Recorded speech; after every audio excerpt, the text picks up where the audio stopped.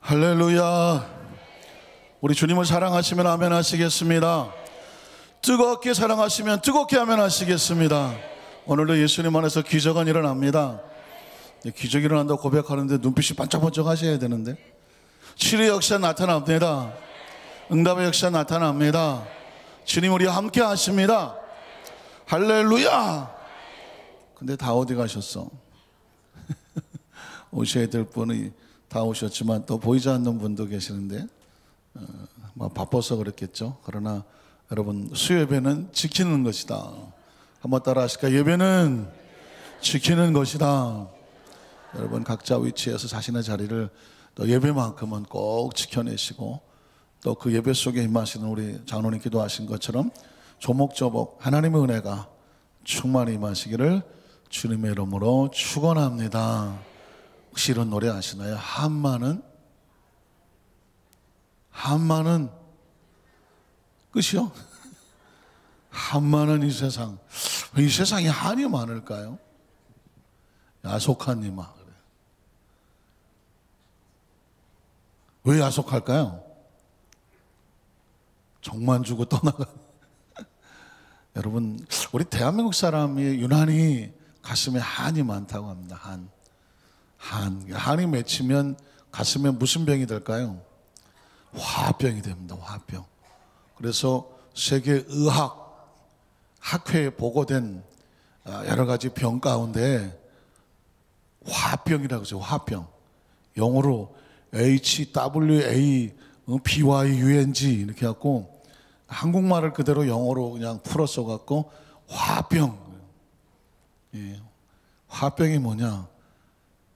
특이하게 한국 사람들의 심리 상태 속에서 드러나는 현상으로 오랫동안 아픔이 가슴에 쌓여서 그것이 바깥으로 드러나는 여러 가지 현상의 모습, 가슴이 벌렁벌렁하고 얼굴이 빨개지고 숨이 거칠고 어떤 때는 이성을 잃으며 예상치 못한 행동을 하기도 함, 모든 병의 근원이 되며 이러면서 이제 주저리 설명을 해 놓았는데, 모든 것이 한에서 오죠. 근데 유난히도 전 세계 사람이 왜 한이 없는 민족이 어디 있겠습니까? 많은 유난히 한국 사람들은 한이 많아요.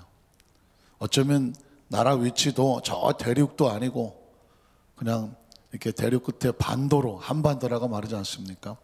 지정학적 위치가 외세의 침입도 많고 여러 가지 상황도 불안하고 이런 어떤 조건들이 삶을 살아온 삶 속에 참 많은 그 가운데 견뎌내야 되는 것들이 아픔이 되고 마음속에 쌓여서 한이 되지 않았나라고 생각해 보기도 합니다. 근데 여러분, 걱정할 게 없어요. 하나님은 한이 있으실까 없으실까? 오죽하면 하나님이잖아. 하나님. 웃고 좀 그래야 되는데 안 웃어. 하나님이잖아. 하나님. 사실 전 성경을 읽다가 깜짝 놀랐네요. 하나님의 이 성경 속에 한이 혹시 들리시나요? 저만 들리나? 지구 돌아가는 소리는 안 들리는데 하나님의 처절한 통곡 소리는 우주에 가득합니다. 하나님께서 어떻게 해서 창조하신 건데 그 가운데 죄가 들어와서 온 세상을 온통 시커멓게 만들었을 때 하나님께서 그 가운데 자기 백성을 건져내고자 하는 그 한, 십자가는 한 아닌가요? 십자가 한입니다.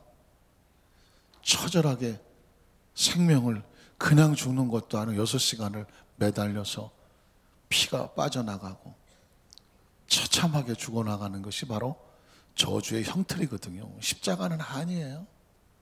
유난히 한이 많은 사람이 목걸이 하고 다니잖아. 귀걸이도 하고 다니고. 십자가는 한입니다. 그런데 저 한은 뭐냐면 우리의 한을 풀어주신 한이에요. 그 십자가에서 예수님께서 그 한을 다 담당하셔서 이제는 한 많은 이 세상이 아니라 복받은 이 세상이네. 복받은. 왜? 한이 없으니까. 한만 없어도 살지. 한만 없어도. 그래서 인류의 한을 풀어주신 분이 하나님인데 그 한의 제물로 삼으신 분이 바로 예수님이신 거죠. 하나님이 세상을 이처럼 사랑하셨어. 이 한을 어떻게 풀어줄 것인가. 독생자를 보내주셔서 그가 세상의 모든 죄를 지고 가는 하나님의 어린 양이 되셔서 그 한을 다 풀었어. 그래서 여러분, 아직도 우리 마음속에 한의 찌꺼기가 있고 힘들고 어렵고 눈물 나고 속상하고 하는 마음이 들 때 뭘 바라야 되냐면 그 주님을 바라봐야 돼. 예수님을 바라봐야 돼. 한번 따라하실까요? 한이 생길 때, 여전히 슬플 때, 어려울 때, 괴로울 때 누굴 바라보자? 주님을 바라봐야 돼. 그래서 예수 믿는다는 것이 얼마나 감사하냐면요, 예수를 바라볼 데가 없는 사람은 그 사람들도 주님을 바라봐. 근데 그들이 믿는 주님은 참이슬, 발음이 없어. 조니 워커지. 바라보는 주자가 달라. 술이나 또 세상의 여러 가지 어떤 것에 그들의 영혼을 팔아. 그러나 여러분, 우리 누구를 바라본다? 십자가의 주님을 바라봅니다. 오늘 이 시간 이 찬양과 함께 우리의 마음이, 찬양만 드려서는 안 돼요. 주님을 바라보면서 우리의 마음속에 모든 아픔과 염려와 눈물이 다 씻겨져 내려가고 주님이 주시는 평안, 한이 아닌 평안이 이 시간 충만했으면 좋겠습니다. 같이 한번 찬양합니다. 괴로울 때 주님의 얼굴 보라, 영화의 주님 바라보아라. 세상에서 시달 친구들아, 위로의 주 바라보아라. 눈을 들어 주를 보라, 내 모든 영 주께 맡겨라. 슬플 때에 주님의 얼굴 보라, 사랑의 주 안식하. 다시 한번 괴로울 때, 괴로울 때 주님의 얼굴 보라, 평화의 주님 바라보아라. 세상에서 시달 친구들아, 위로의 주 바라보아. 눈을 들어, 눈을 들어 주를 보라, 내 모든 영 주께 맡겨라. 슬플 때에 주님의 얼굴 보라, 사랑의 주님 안식 주님. 힘이 없고 내 맘 요량할 때 능력의 주님 바라보아라. 주의 이름 부르는 모든 자는 힘주시고 늘 지켜줘. 우리 한번 두 손 높이 들고 눈을 들어 주를 보라, 내 모든 영 주께 맡겨. 슬플 때에 주님의 얼굴 보라, 사랑의 주 안식. 눈을 들어 주를 보라, 눈을 들어 주를 보라, 내 모든 영 주께 맡겨라. 슬픈 때에 주님의 얼굴 보라, 사랑의 주 안식 주 두 손을 가슴에 얹고 잠시 묵상으로 기도합니다. 이 시간 우리는 예수님의 십자가 앞에 나와 있습니다. 보이십니까? 세상 죄를 지고 가는 하나님의 어린 양, 우리의 과거와 현재 미래의 죄를, 그 한많은 삶의 모든 무거운 짐을 그분이 십자가에서 다 짊어지고 있습니다. 이제 우리 영안을 열어서 내 인생의 무거운 짐도 예수님이 십자가에 짊어지고 계심을 바라볼 수 있어야 됩니다. 이제 우리 어깨에는 더 이상 무거운 짐이 없습니다. 예수님이 짊어지셨습니다. 우리의 삶을 고통스럽게 하는 모든 인생의 힘들고 어려운 고통거리도 예수님이 짊어지셨습니다. 그 흐르는 피를 통해서 그 피자국이, 그 피가 우리의 모든 죄악을 씻겨내시며 우리의 병을 짊어지셨습니다. 저간의 모든 병을 담당하고 연약한 것을 다 짊어지고 저가 징계를 당함으로 우리가 평화를 누리고 저가 채찍에 맞음으로 나음을 입었다고 말합니다. 그 십자가를 바라보세요. 그 십자가의 은혜가 이 시간 이전에 충만히 이릅니다. 고백이 필요합니다. 예수님, 우리의 모든 죄를 짊어주셔서 감사합니다. 그 피로 고쳐주셔서 감사합니다. 그 십자가를 통하여 구원받은 백성에게 성령을 부어주셔서 감사합니다. 말씀을 사모하고 달려나가겠습니다. 이 모든 은혜에 감사하며 말씀을 사모합니다. 말씀이 선포될 때 우리 속에 하나님의 나라가 충만히 받도록 역사하여 주시옵소서. 이 시간 주님의 이름을 3번 부르고 간절히 한번 통성으로 기도합니다. 주여, 주여, 주여,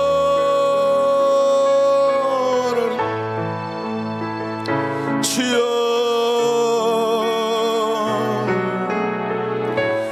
주여. 주님의 십자가를 바라봅니다. 주님의 십자가를 바라보고 나아갑니다. 수고하고 무거운 짐진 자들아, 다 내게로 오라. 내가 너희를 쉬게 하리라. 우리의 영혼이, 우리의 심령이, 우리의 마음이 그 십자가 바라보고 나아갑니다. 그 십자가 의지하고 나아갑니다.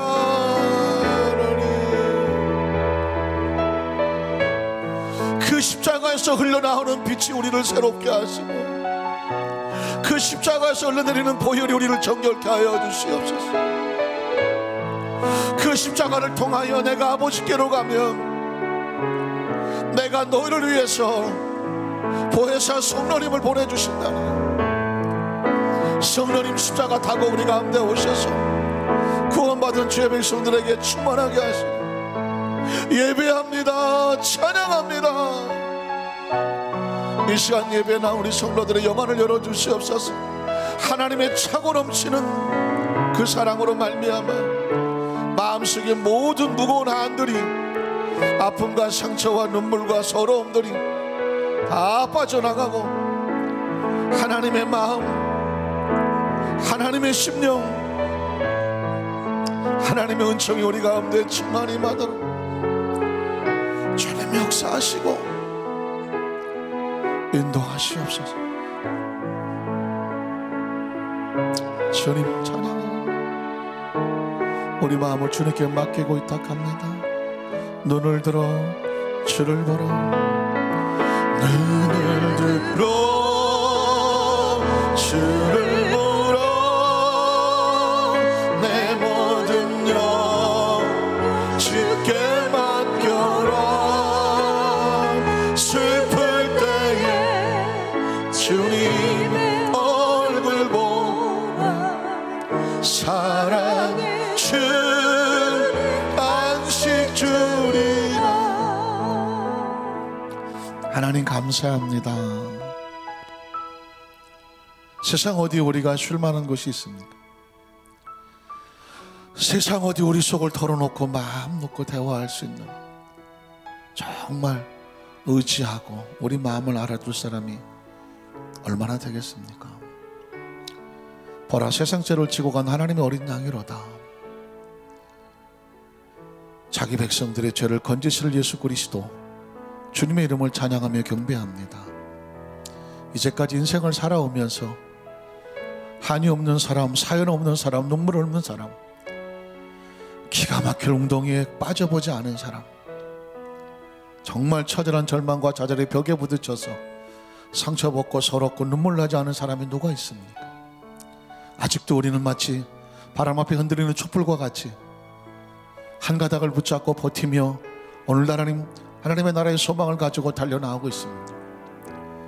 우리 하나님은 상한 갈대를 마저 꺾지 아니하시고 바람 앞에 꺼져가는 등불도 그 촛불도 마저 끄지 아니하시고 귀엽고 살려내시고 일으켜 세워주시고 빛을 비추게 하신 하나님, 이 절에 나온 우리 사랑하는 성도들 마음을 만져주시고 위로해 주시고 싸매어 주시고 용기를 주시고 희망을 주시고 다시 치료해 주셔서 다시 하늘을 바라보게 하셔서 빛을 하나님 부어주셔서 다시 하나님 우리 마음속에 하늘을 바라보며 주님의 은총을 기대하며 살아가는 축복의 통로들이 되게 하여 주시옵소서. 일어나라, 빛을 발하라, 야훼의 영광이 너희 가운데 임하였다.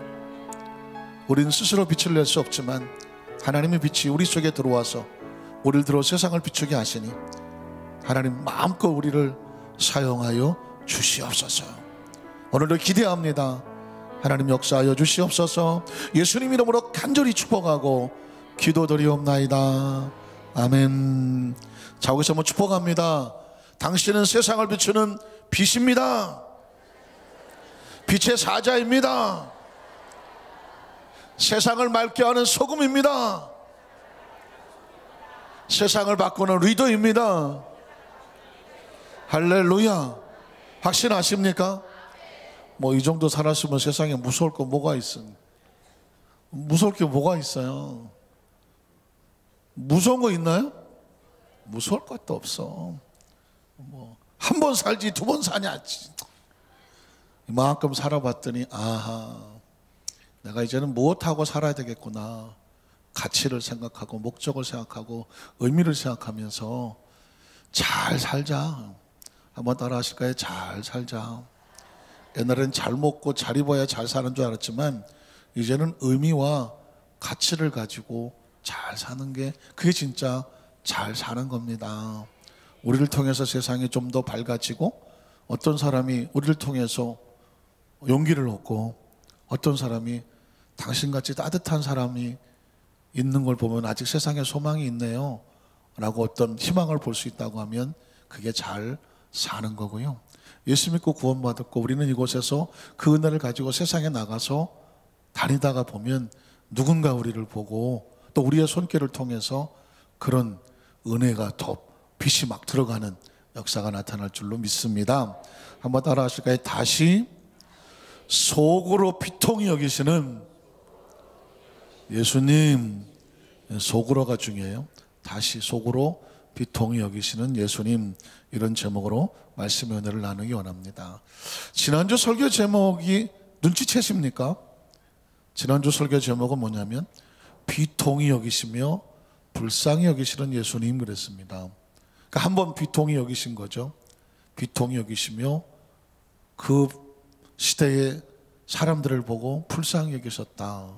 심지어 눈물까지 흘리셨던 예수님의 모습을 봅니다. 여러분, 예수님께서 기적을 행하시기도 하지만 가슴을 치며 눈물 흘리는 모습을 본다면 크리스천의 입장에서 왜 눈물을 흘리실까? 궁금한가요? 궁금하지 않은가요? 궁금해야 되나요? 궁금할 것이 없나요? 궁금해야 되죠. 하나님이 기뻐하시는 모습을 본다면 와, 하나님이 왜 기뻐하실까? 하나님이 기뻐하시는 것은 무슨 이유 때문일까? 그 상황에 우리의 관심이 있어야 되고, 하나님이 화를 내신다면 하나님 무슨 왜 화를 내실까? 화를 내는 상황은 어떤 상황인가? 또 하나님께서 진노하며 슬퍼하며 비통히 여기신다면 하나님은 왜 그런 마음을 가지실까? 우리는 성경을 통해서 하나님의 모든 것을 알고 싶은 거예요. 하나님의 모든 것을. 왜 알고 싶을까요? 그래서 하나님이 기뻐하시는 것과 함께 기뻐하고, 하나님이 슬퍼하시는 것에 함께 슬퍼하며, 하나님께서 진노하는 것에는 근처도 가지 말며. 어떻습니까? 그게 우리가 이 세상을 삶을 살아가면서 크리스찬으로서의 삶의 모습인 줄로 믿습니다. 우리가 어렸을 때 엄마를 졸졸졸졸 따라다니잖아요. 왜 따라다닙니까? 엄마가 하는 걸 가만히 보면서, 아니 어른들이 하는 걸 보면서 아이들은 보고 배우는 거예요. 어떤 것은 먹어도 좋고, 어떤 것은 먹으면 안 되고, 어떤 것은 손을 대도 되고, 어떤 것은 손을 대면 안 되고, 어떤 것은 안전하고, 어떤 것은 위험하고. 학교에서 지식을 배우지만 삶 속에서 어른들의 지혜를 통해서 꼬마들은 이미 배우고 자라는 거죠. 그래서 보다 온전하게 실수하지 아니하고 성숙한 성인으로 자라날 수 있는 것처럼, 그리스도인들은 어떻게 자라나느냐? 성경을 통해서 하나님이 무엇을 원하시는지, 원하지 않는지, 무엇을 기뻐하는지, 하나님 기뻐하지 않는지, 성경을 통해서 하나님을 더 많이 알아가면, 그래서 그것을 더 많이 내 머릿속에 채우고 삶에 적용하면 그게 성숙한 크리스찬이에요. 그러니까 교회를 오래 다니는 게 성숙한 크리스찬이 아니에요. 물론 오래 다니니까 말씀도 많이 들었고 성경의 교육과 프로그램을 다 훈련을 받았기 때문에 성숙했으리라, 확률이 많다, 이렇게 생각은 해. 하지만 아무 오래 다녀도 아직 어린아이와 같이 자라지 못했다, 그러면 성숙하지가 않은 거예요. 그래서 우리는 성숙한 크리스찬이 돼야 돼요. 성숙한 크리스찬은 항상 감정의 조절을 잘하며 의지를 잘 결단하고, 그리고 말씀에 대한 지혜와 지식이 있기 때문에 함부로 분별하지가 않죠. 함부로 넘어가지를 않죠. 이단에 빠지는 사람들은 대부분 분별이 안 되기 때문에 그런 거예요. 감정적으로 다가오고 친하게 다가오고 하나님에 대한 것을 잘못 왜곡을 시켜 놓으면 넘어가는 이유는, 그래서 여러분, 이단들이 자기들에게 빠질 만한 사람을 연구를 해. 일반 성도를 우리 단체로, 우리의 이단 단체로 빼오는 방법 연구를 합니다. 그 대상이 뭐냐? 열심히는 있어 보이나 잘하지 않은 사람들, 어린아이 같은 사람. 그러니까 이단에 빠지는 사람은 유괴범이라고 생각하면 됩니다. 유괴범. 난 어렸을 때 유괴 당해본 적이 있다. 유괴. 유괴 당해본 적이 없으시구나. 여기서 손들면 상황이 급해지기 이상해지기 시작합니다. 유괴범들은 다른 건 아니죠. 유괴범들은 사탕을 막 주면서, 널락다른 사탕을 주면서, 아저씨 따라오면 사탕 줄게. 어린아이들은 아저씨가 안 보이고 뭐가 보일까요? 사탕이 보이죠. 그것도 막 빨갛게 막 핑핑 돌아가는 거 보면 이러고 따라가는 거죠. 그래서 맨날 어렸을 때 너 길에서 누가 낯선 아저씨가 아줌마나 사탕 준다 그러면 절대 따라가면 안 돼. 네, 알았습니다. 하지만 사탕 보면 또 생각이 달라져. 그래서 옛날에 많이 유괴를 당했습니다. 또 나중에 또 거꾸로 이용하죠. 거꾸로. 아이고 우리 아빠 죽겠는데 짐 좀 들어주게. 짐 들어줘 갔더니 봉고처럼 밀어놓는, 이런 이제 거꾸로 사람들의 호의를 이용하는 이런 일도 벌어지게 되고, 제가 나중에 어떤 구역장이 봉고차에 끌려가서 마늘 깐 이야기 다 아시겠지만 다시 나중에 해드리도록 하고, 어쨌든 간에 성숙해야 돼. 그래서 어른들한테, 오늘 우리 교회 성도들한테 사탕 줄게요, 따라오세요, 따라갈 사람. 나는 사탕만 먹고 안 따라간다. 사탕이에요. 수면제가 들었어. 떨렁 먹고 사탕 먹고 안 따라가지. 어디에 수면제가 들어간다. 또 끌려가잖아요. 그러니까 이 이야기는 뭐냐면, 크리스천은 어차피 태어났으면 공부를 해야 되는 것처럼 성장하고 발전해야 돼. 그래서 분별력이 딱 있어야 돼.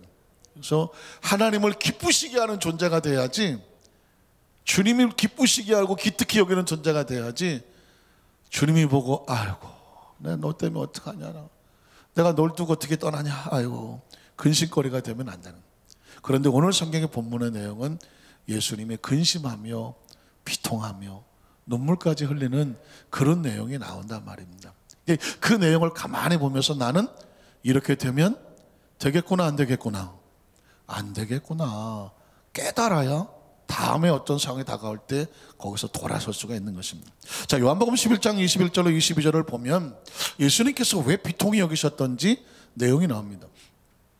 마르다가 예수께 여짜오되 주께서 여기 계셨더라면 내 오라버니가 죽지 아니하였겠나이다. 이 말뜻은 여기 안 계셨기 때문에 사람을 보내서 주님 빨리 오십시오 라고 말하는데 급하게 오지 아니하시고, 주님이 무엇 때문에 그런지를 모르지만 여기만큼 중요한 일이 있습니까? 어디 딴 데 있다가 오십니까? 서운합니다, 섭섭합니다, 그래서 지금 우리 오라버니가 죽고 말았습니다 라는 이야기가 담겨져 있는 것입니다. 그랬더니 그 다음 절에 보니까 그러나 주님 막상 오셨으니까 이제 어쩔 수 없는 거, 뭐 죽고 난 다음에 어떡하겠어, 어쩔 수 없습니다. 그러나 나는 이제라도 주께서 무엇이든지 하나님께서 구하시는 것을 하나님이 주실 줄 압니다 라고 말했습니다. 자, 그랬으면 예수님이 뭐라고 하실 것 같아요? 23절에 보니까 예수께서 이르시되 그래? 그러면 네 오라비가 다시 살아나리라. 마르다가 그랬잖아요. 이제라도 주님이 말씀하시면 하나님 역사가 나타날 줄로 믿습니다. 근데 이 마르다가 그렇게 고백을 했으면 주님께서 그 믿음의 근거에서 그러면 네 오라비가 다시 살아나리라 라고 말해요. 그러면 마르다가 아멘 했으면 끝나는 거잖아요. 24절에 가보니까 마르다가 이르되 살짝 뒤로 물러가는 거예요. 뭐라고 말하냐면 설마 지금 살아나겠어? 죽은 지 사흘 됐는데 살아나겠어요? 그러니까 여기서 살짝 이걸 미래로 바꾸죠. 주님, 마지막 날 someday, 언젠진 몰라, 언젠가는 부활 때에는 다시 살아날 줄을 내가 아나이다. 믿나이다도 아니죠. 내가 알고 있습니다 라고 뒤로 물러섭니다. 그러니까 지금 살아날 것은 믿어야 안 믿어요? 안 믿어지는 거죠. 우리는 아주 익숙해요. 죽으면 끝이다. 이 시대도 마찬가지 아닌가요? 사람은요, 죽으면 끝이야. 죽기 전에 어떻게 해보려고 하지만 인간의 머릿속에 이 시간과 공간의 제한을 받고 있는 이 3차원의 세계는요, 죽음은 시간도 없고 공간도 없어요. 죽으면 시간이 멈추는데, 죽으면 더 이상 움직이지 않는데, 그러니까 이 3차원의 세계는 시간하고 공간이 있어야 생명이라고 말해요. 시간이 시간 속에 살아 움직여야 되며 움직일 수 있어야 공간이 있는 거예요. 그런데 그 시간이 멈추고 공간이 끝나면 다른 말로 죽었다고 말하는 거예요. 그러니까 이 3차원을 돌이킬 수 있는 능력이 인간에게는 없어요. 왜? 우리도 시간에 갇혀 있거든. 우리도 공간에 갇혀 있잖아요. 움직일 수가 없어요. 시간 떠나서는. 공간 떠나서 살 수가 없어요. 그러니까 마르다가 이제 마지막 날 언젠가는 다시 살아날 것을 내가 아나이다 라고 슬쩍 뒤로 현재 살아날 것을 믿지를 못하겠다고 말하는 거죠. 그랬더니 그 다음 절을 보니까 예수께서 이르시되 내가 부활이야. resurrection이라고 하는 단어는 뭐냐면 다시 초자연적인 능력으로 일어난다, 이런 의미를 가지고 있습니다. 부활. 죽음의 반대는 부활. 모든 3차원의 끝을 죽음이라고 말하는데, 이 부활을 치고 죽음이라고 말하는데, 죽음을 정복할 수 있는 것은 4차원의 영적인 능력인 생명의 능력이거든. 부활은 뭐냐? 다시 산다. 한번 따라 하실까요? 다시 산다. 근데 예수님 말씀, 내가 다시 사는 부활이다라고 말합니다. 그리고 생명이라고 말하거든요. 죽음이란, 생명이 떠나는 게 죽음이에요. 죽음이란, 생명과 죽음은 공존하는데 생명이 떠나면, 생명이 같이 있으면 죽음이 아니라 사는 거예요. 그런데 생명이 떠나면 죽음이라고 말하는 거예요. 근데 생명의 본체가 누구냐? 예수님이라는 거죠. 생명의 본체가 창조주 하나님일 수밖에 없죠. 요한복음 1장 4절에 그 안에 참 빛이 있었고 그 안에 생명이 있었으니, 사람들의 비추는 것은 참 빛이고 생명이, 이 생명이 어디선가 왔을 거 아니에요, 그죠? 지금 이 생명, 엄청난 생명들이 있는데 생명이 어디선 왔을 거 아니에요. 이해가 잘 안 가네. 종 출발, 종. 이 종 어디서 왔어요? 이 종 어디서 왔어요? 의논을 좀 하셔. 이 물은 어디서 왔어? 이 물은 어디서 왔어요? 물이 지금 여기 와서 한껏 와 있는데 얘는 어딘가 샘이든, 그렇죠? 어딘가 샘이든 식수가 어딘가 모르지만 그게 떠서 그게 우리 교회까지 이동이 되고 6개의 손길을 거쳐서 보리알을 몇 개 집어넣고 끓여서 그게 보리차가 돼서 여기까지 올라와 있어요. 지금 이 보리차 물 하나가 엄청난 역사가 있습니다. 얘가 어떻게 여기까지 와 있냐고 물으면 쭉 과거로 돌아가서 처음 출발, 샘 솟아지는 그 물. 그럼 샘물은 어디서 왔어? 하늘에서 비가 내려서 그 비가 땅속에 스며들어서 정수가 되며 그 물이 올라왔겠죠. 그 물이 올라와. 이거 상식적이잖아요. 그렇죠? 그러면 그 하늘의 비는 어디서 왔어? 누군가는 그 비를 만들었겠지. 그러면 그 창조주의 손길에서 이게 오는 거거든요. 눈물방울, 비 한 방울, 들에 핀 꽃 한 송이도 지으신 이가 있다니까요. 그럼 저와 여러분, 우리 이 가장 최고의 고등동물이고요, 만물의 영장이에요. 이 생명은 어디서 왔냐고요? 생명은 당연히 생명을 창조준 근원이 있죠. 예수님이 그렇게 말씀하는 겁니다. 내가 생명이다. 믿으십니까?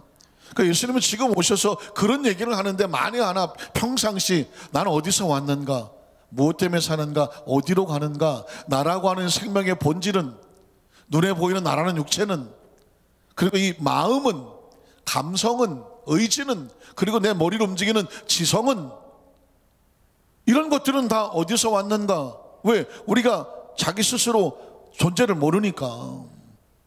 조금만 관심이 있으면 그것에 대한 주인이 있죠. 근원이 있단 말입니다. 예수를 믿지 않는 사람도 거기까지는 생각을 해요. 이 정도는 생각을 합니다.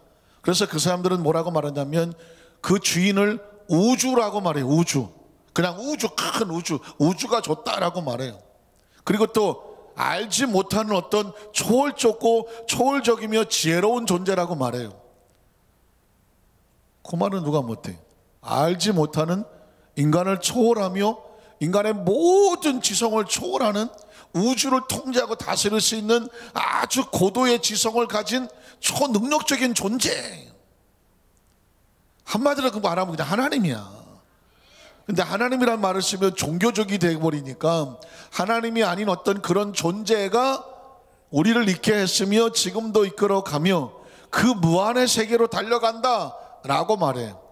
그 정도는 저도 얘기해 지금. 근데 그 존재가 누구냐라고 말해주는 것은 성경밖에 없는 거예요. 하나님이란 존재밖에 없는 거예요. 그래서 창세기 1장 1절은 태초 하나님의 천지를 창조, 제네시스, 창조했다라고, 크레이트라고 말하는 거예요. 창조했다라고 말하는 거예요. 그리고 요한복음 신약에 와서는 만물이 그로 말미암아 하나도 안 지어진 것은 없다라고 말하는 것입니다. 그러니까 이걸 아는 사람과 알지 못하는 사람은 아주 중요해요. 자기 부모가 누군지를 모르는 사람은 좀 표현이 그렇지만 고아라고 말하는 거예요. 고아. 혼자 떨어진 아이. 태어났는데 자기 부모가 누군지를 모르겠어요. 고아라고 말하는 거예요. 인생은 마찬가지예요. 우리가 존재하는데 내가 창조된 내 영혼의 주인을 모르겠어. 뭐라고 말해요? 영적인 고아라고 말할 수밖에 없는 거예요. 그래서 영접하는 자 곧 그 이름을 믿는 자들에게는 하나님의 자녀. 무슨 말이야? 하나님은 너희 아버지야. 예수를 믿는 건 부모를 찾아주는 거예요. 우리의 존재의 부모를 찾아주는 거예요. 하나님을 뭐라고 불러요? 아버지, 아바, 아버지라고 부르는 것입니다. 자, 그러면 예수님이 이렇게 말씀을 했어요. 그 다음 절 어디 갔죠? 성경 구절. 예수께서 이르되 나는 부활이고 생명이니 나를 믿는 자는 죽어도 살아. 나를 믿는다는 것은 나를 영접했기 때문에 하나님의 나라 속에 들어갔다는 거예요. 하늘나라의 시민권을 가진 하나님의 백성이 되었다는 거예요. 그러니까 육체가 죽는다, 육체가 죽어도 육체는 벗는 것이며 영혼은 죽지 않아요. 그러니까 육체가 죽어도 영혼은 다시 살겠고, 그 다음 절을 보면 무릇 살아서 나를 믿는 자는 영원히 죽지 아니하리니 이것을 내가 믿느냐. 이것은 주님이 언제 다시 오게 될 때 우리가 말하는 휴거라고 하는 죽음을 보지 아니하고 들림받는 사람에는 살아서 영원히 사는 것. 믿으십니까? 그래서 이거 믿느냐라고 말해서 믿습니까? 이걸 믿을 수 있으면 차원이 다른 신앙 고백이 되는 거죠. 그랬더니 뭐라고 말합니까? 27절에 이르되 주여 그러합니다. 주는 그리스도시요 세상에 오신 하나님의 아들이신 줄을 내가 믿나이다. 베드로 같은 신앙의 고백을 합니다. 그런데 32절과 35절에 보면 이젠 마리아가 예수 계신 곳에 와서 배웁고 그 발에 엎드려 이르되, 똑같은 말을 하죠. 주께서 여기 계셨더라면, 여기가 뭐죠? 여기는 공간이죠. 공간, 장소. 예수님이 이 장소에 안 계셨기 때문에 여기서 나사로가 죽어도 속수무책이었다는 거예요. 인간은 자꾸 이런 공간 개념이 있어요. 여기 함께 계셨어야 돼. 그리고 시간 빨리 그 전에 와서, 죽기 전에 여기 와서 계셨더라면 내 오라버니가 죽지 아니하였겠나이다. 우리는 아주 이게 익숙해. 시간, 공간, 그게 맞아야 된다라고 하는 이게 익숙해. 마리아도 역시 그렇게 말하는 것입니다. 그랬더니 그 다음 절에 예수님께서 그가 우는 것과 또 함께 온 유대인들이 우는 걸 보시고 왜 울었을까요? 죽음 앞에 속수무책이니까 슬프고 힘들고 낙심하고 좌절해서. 그런데 그 모습을 보시고 심령의 비통이 여기서, 누가? 예수님이. 왜 예수님이 비통이 여기 있었을까? 왜 예수님이 생명을 두고도 죽음의 절망에서 낙심하니까. 만약에 우리 아들이 날 앞에 두고도 마치 아버지가 없는 것처럼 이제 배가 고파서 굶어 죽겠네 하고 울고 앉아있어. 너 왜 우냐? 그때 배가 고파서 굶어 죽을 것 같아요. 내가 앞에 있는데, 내가 아버지가 있는데, 여러분이, 그러니까 실감 별로 안 나시는 여러분의 자녀가 여러분이 눈을 시퍼렇게 뜨고 있는데 마치 부모님이 돌아갈 수 없는 것처럼 생각하고 그 앞에서 이제 난 죽었구나라고 절망하고 있다는 거예요. 별로 다행인 것 같은 표현이신데, 내가 보는 그런 표현인 거예요. 예수님이 앞에 있는데 전혀 기대가 없어. 이 말은 뒤집어 말하면 예수님을 무능력자로 만들고 있는 거죠. 예수님이 있어도 죽음 앞에서는 뭐 할 수밖에 없다? 무기력할 수밖에 없다. 예수님을 죽음 앞에, 죽음의 능력 앞에서 힘을 쓸 수 없는 존재로 생각을 하는 거예요. 예수님이 언제 비통히 여기시느냐? 하나님의 사람이 하나님에 대한 기대를 저버릴 때. 누구 생각으로? 내 생각으로, 자기 생각으로. 예수님이 비통히 여기시고, 그러나 그럴 수밖에 없는 인생을 어떻게 여겨요? 불쌍히 여겼어요. 자, 그래서 38절에도 바로 넘어갈게요.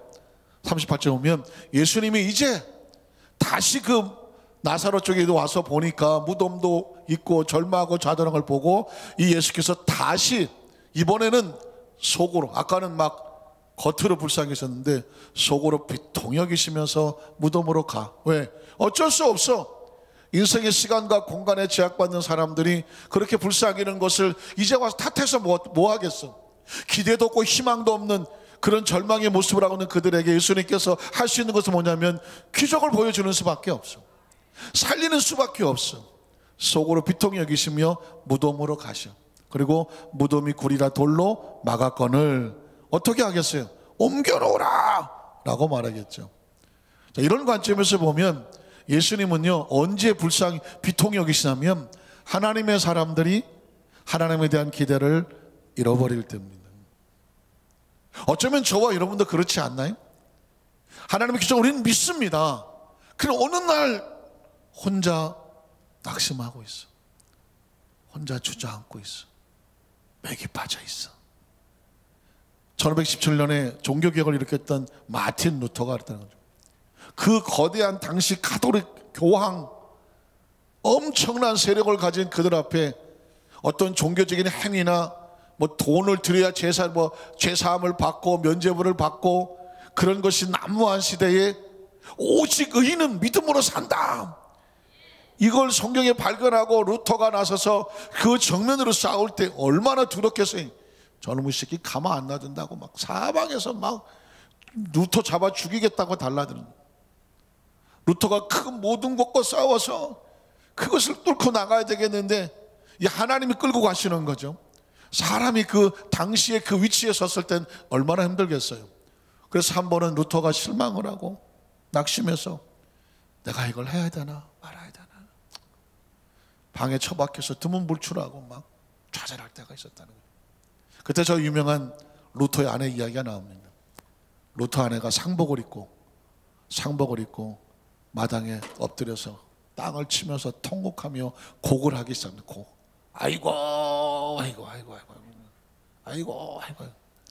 루터가 깜짝 놀라서 초상이 났나 어디? 바깥에 나와 보니까는 자기 부인이 상복을 입고 땅을 치면서 아이고. 여보 이게 무슨 일이요? 누가 죽었어? 무슨 일이요? 라고 그랬더니 죽었어요. 누가 죽었어? 하나님이 죽었다. 하나님이 죽었다고 막 하나님이 죽었네. 루터가 가만히 보니까 이 여자가 미쳤나. 무슨 하나님이 죽었다고 상복을 입고 난리를 치고 있어요. 그래서 미쳤냐고 말이야. 하나님이 왜 죽냐고. 이 여자가 왜 이게 당장 곡소리 그치라고. 그랬더니 루터 부인이 뭐라고 말해요. 하나님이 안 죽었으면 당신이 왜 절망하냐. 이해가 되십니까? 하나님이 안 죽었는데 당신이 왜 절망하냐는 거예요. 하나님이 여전히 살아있으면 당신이 절망하면 안 되지. 루터가 정신이 번쩍 나잖아요. 그동안 힘들고. 사실 우리도 그렇잖아요. 우리도 가끔 신앙생활하고 종교죠 봉사하고 믿음생활 한다고 하지만 어때요? 낙심하고 힘들고 막 그럴 때가 있잖아요. 아유, 내가 이걸 해야 되나 말아야 되나. 힘도 빠지고 속도 상하고. 목사님이 저렇게 열심히 설교를 하고 주둥아리가 터져갖고 설교를 해도 점심은 어디 가서 뭘로 봐요? 날씨도 그런데 삼겹살로 목구멍에 떼나 떼 맞고. 사실 삶이 그렇잖아요. 삶이. 여러분에게 제가 얼굴 표정 보면 다 알아. 언제 끝나나 빨리 밥 먹으러. 머릿속에 설교는 해도 저를 쳐다봐도 머릿속에 다른 생각이 막 했을 수도 있잖아요. 그냥 사는 게 다 그래요. 사는 게 다 그렇지 뭐. 그런데 여러분 한번 물어볼게요. 여러분의 하나님은 살아계십니까? 한번 따라하실까요? 나의 하나님은 살아계시는가? 하나님이 살아계신데 얼굴이 왜 그래? 옆에 분에게 물어보세요. 하나님이 살아계신데 얼굴이 왜 그러냐고 물어. 얼굴이 왜 그러냐고 물어. 그럼 이렇게 말해. 내 얼굴이 어때서? 한번 따라하시고. 하나님은 성도의 얼굴을 통해서 살기도 하시고 돌아가시기도 하신다는. 내 얼굴이 정말 하나님 살아계신 사람의 얼굴이어야지. 그냥 다 죽어가던 사람도 그 사람 보니까 당신 보니까 하나님은 살아계시게 믿어진다 이렇게 얘기해야지. 조금만 이렇게 좀 희망을 가지려고 할 때 당신 보니까 하나님이 돌아가셨다가 아이고 얼굴을 보면 나타나요. 이건 사실 우리 삶 속에 매일 벌어지는 상황이에요. 매일 벌. 그래서 여러분 제가 좀 말씀을 좀 줄이면 성경 속에 그런 얘기를 쭉 찾아보니까 하나님 예수님은 언제 실망하시는가? 예수님을 옆에 두고도 하나님의 능력을 믿지 못하고 역사를 믿지 못하고 기대하지 못할 때, 예배에 나왔으나 기대가 없을 때, 말씀을 들으나 감동이 없을 때, 기도는 하나 기대가 안 될 때, 이건 외부의 문제가 있는 게 아니에요. 내가 내 안에서 하나님에 대한 기대를 붙잡지 않으면 그래요. 목사님이 능력이 있어야지. 알아. 나도 알아. 하지만 예수님을 옆에 두고도 그랬다니까. 마리아 봐, 마리아. 내가 마리에 나왔으니까 마리아 진짜 마리아나 마르다 예수님 옆에 두고도 그래. 그러니 예수님이 얼마나 속이 터지냔 말이에요. 그러니까 내 핑계를 대지 마. 내 핑계. 내가 무슨 죄가 있어. 내가 이건 목사님 문제도 아니고 막 교회가 춥고 덥고 이런 문제도 아니야. 버스가 있네요. 이것도 문제가 아니라니까요. 지금 예수님 옆에 도도 안 되는 사람은 부활과 생명이다. 내가 그 얘기 예수 나는 부활이요 생명이요 이런 너무 멋있게 말한 줄 알았더니 알고 보니까 속이 터져서 한 얘기예요. 예수를 믿지도 못하고 나중에 사나이다 뭐 언제 살지를 믿습니다 그러는데 지금 당장 산다는 얘기는 못하는 거예요. 거기서 예수님이 속이 터져갖고 내가 부활이다 생명이다 못 믿냐 뭐 이렇게 나오는 상황이에요. 그런 거 보면 나는 예수님보다 훨씬 행복하지. 나는 너무 행복하잖아. 여러분 보십시오. 예수님은 그때 실망하시는 거예요. 그래서 두 번째로 예수님은 언제 기뻐하시느냐? 우린 너무 잘 알아. 문둥병 환자가 그 동굴에서 튀어나와. 왜 튀어나와요? 기대가 있으니까 튀어나오죠. 사람을 뚫고 나와. 왜 뚫고 나와요? 돌에 맞아 죽을 수도 있는데 왜 튀어나와요? 예수가 생명이다. 예수가 생명이다. 믿으십니까? 어느 날 이 수요 예배에 내가 진짜 도무지 움직이지도 못할 상황이야. 진짜 주머니 돈이라고는 딱 여기 가져 나올 수 있는 동전 몇 개밖에 없을 수도 있어. 그 돈 가지고 어디 가냐. 하나님 내가 이 마지막 손에 남은 잔돈 가지고 보습이 해서 오늘 3일 예배를 갑니다. 여러분 그런 심정으로 나와 있는 사람이 예배가 집에 돌아갈 차비도 없어.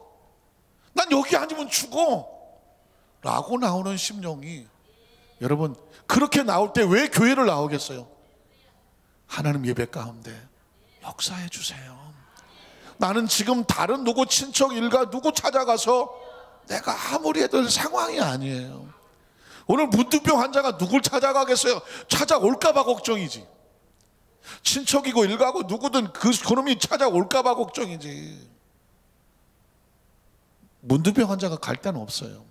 그런데 예수를 찾아 나와요. 그의 머릿속에 뭐가 있나요? 예수가 생명인 거예요. 여러분 믿음이란 그런 거예요. 제가 우리 3일 예배 나오는 성도님들에게 일생에 이 듣기 졸어가는 말이 아니에요. 예배는 그냥 내 인생의 마지막 예배라고 하는 절박함을 끄집어 대고 나와야 돼.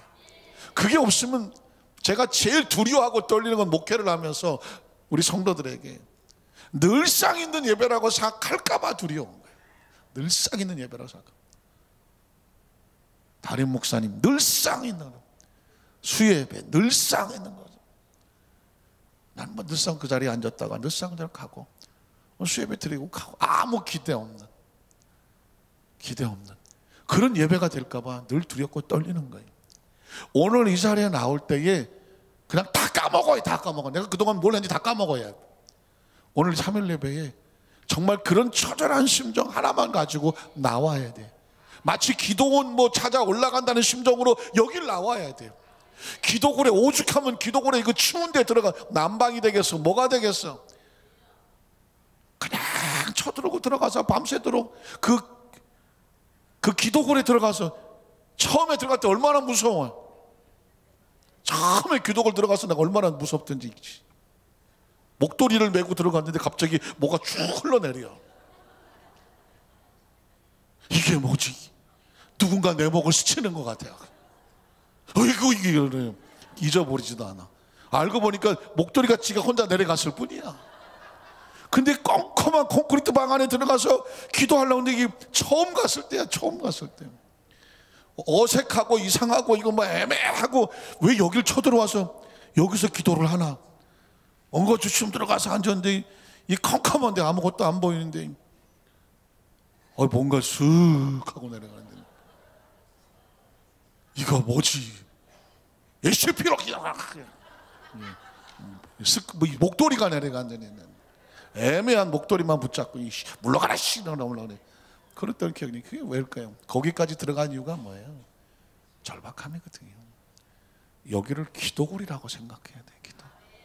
문짝을 뜯어 고치려고 그래야지. 이렇게 하고 들어가게 만들어. 이렇게 하게 들어가서 동굴처럼 하고.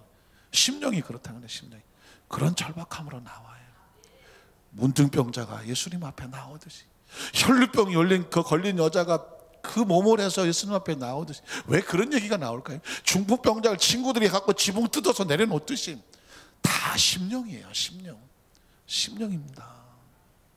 교회를 나오실 때 여러분은 다른 건 하나도 안 보여야 돼요. 기도골에 들어가는 심령으로, 그냥 주님 앞에 나와서 엎드리는 심령으로 하나님 역사해 주십시오. 말씀을 정리하기 원합니다. 최근에 어제 우리 교육자들 얘기하다 보니까 몇 주 전인가요? 청년 하나가 목이 막 이렇게 뻣뻣해서 안 돌아갔대요. 이렇게 하고. 그런데 제가 기도하는 가운데, 신유 기도하는 가운데 오늘 목이 안 돌아가는 사람이 예수님으로 나왔습니다. 근데 얘기 들어보니까 사실 가끔 가다가 제가 기도할 때 전혀 그 전에 기도하지 않던 어떤 그런 표현을 쓸 때가 있잖아요. 그건 제가 쓰는 건 아니거든요. 제가 뭐 사전에 오늘은 어떤 이런 사람을 놓고 기도해야지 라고 작정하지 않아요. 설교 끝나고 하나님의 신유 기도할 때 하나님 앞에서 하나님 역사해 주시는 걸 받아서 하는 거거든요. 그런데 청년 하나가 그 이후에 거의 뭐 자기가 신기하고 깜짝 놀랄 정도로, 그것도 바로 보고를 제가 얘기를 안 한 이유가 혹시 자기가 그 말에서 다시 도로 이렇게 될까 봐. 사실 그런 거 있거든요. 사람이 내가 낫다라고 말을 하니까 혹시 이 말 했다가 다시 돌아오면 어떡하지, 이런 것 때문에 조금 기다렸다가 진짜는 안 나 이렇게 했다가 보고했다가 이렇게 간증하기도 하거든요. 그런 역사가 나죠. 사실은요, 제가 뭐 이런 얘기 처음 합니다만 담임 목사로서 우리 성도들한테 신유 기도를 하고 또 안수 기도를 할 때 많이 망설여져. 예전에는 안 그랬는데 많이 망설여져. 이유가 뭐냐면 혹시 이게 습관이 될까 봐, 혹시 이것이 어떤 천편일률적인 늘 그냥 지나가는 것처럼 느낄까 봐. 그러니 기도를 할 때 이것이 나하고 하나님과 일대적인 관계 속에서 역사하는 거다라고 하는 기대감이 늘 기도하다 보니까 뻔히 있는 어떤 예배 순서의 하나로 지나갈까 봐 조심스러운 거예요. 왜? 혹시라도 내가 그렇게 기도하면서도 나는 우리 성도들에게 그냥 예배 순서성의 하나로 지나가는 걸로 느껴지게 될까 봐 정말 기다렸다가 사모하는 마음이 가득 찼을 때 베데스 연못이 동하듯 우리 성도들에게 하나님 그런 폭포수 같지 않은 붙여주는 그 감동이 되게 하여 주시옵소서. 어제 제가 놀라운 일을 하나 들었습니다. 몇 개월 전에 우리 집안에 가까운 사람이 있는데 폐암 말기였어요. 여러분, 폐암은 툭 치고 들어오면 거의 6개월 안에 끝납니다. 폐암 말기는 멀쩡하죠. 멀쩡한데. 그래서 어렵게 시간을 내서 우리 집사람하고 와서 가보니 뭐 거의 다 움직이지도 못하고, 사람이 그런 거 있잖아요. 움직이지 못해. 왜? 뭐 말기인데 뭐 의사가 거의 어렵다고 얘기할 정도니까 이걸 어떻게 기도하나. 어쨌든 기도합시다. 그래서 뭐 신앙이 이렇게 있는 사람도 아니고 그냥 매달리는 정도시는 가서 간절히 기도하고, 이게 마지막일 수도 있는 거죠. 기도하고 그랬더니 놀랍게 막 그 기도 받는 사람도 눈물로 기도하고 같이 기도하고 돌아왔어요. 그리고 얼마 지나고 나서 뭐 좀 기도하고 나서 마음 많이 편해졌다 뭐 이런 정도만 얘기를 들었어요. 근데 어제 전화가 온 거예요. 어제 전화가. 의사한테 가서 이렇게 진단을 받았대요. 의사가 뭐라고 말하냐면, 한번 따라 하실래요? 깨끗해졌는데요. 깨끗해졌는데요. 우리 하나님 감사하겠습니다. 그 집에서 전화가 온 거예요. 우리 사람이. 병원에 진단 갔는데 의사가 보고 아무것도 없다고, 깨끗해졌다고.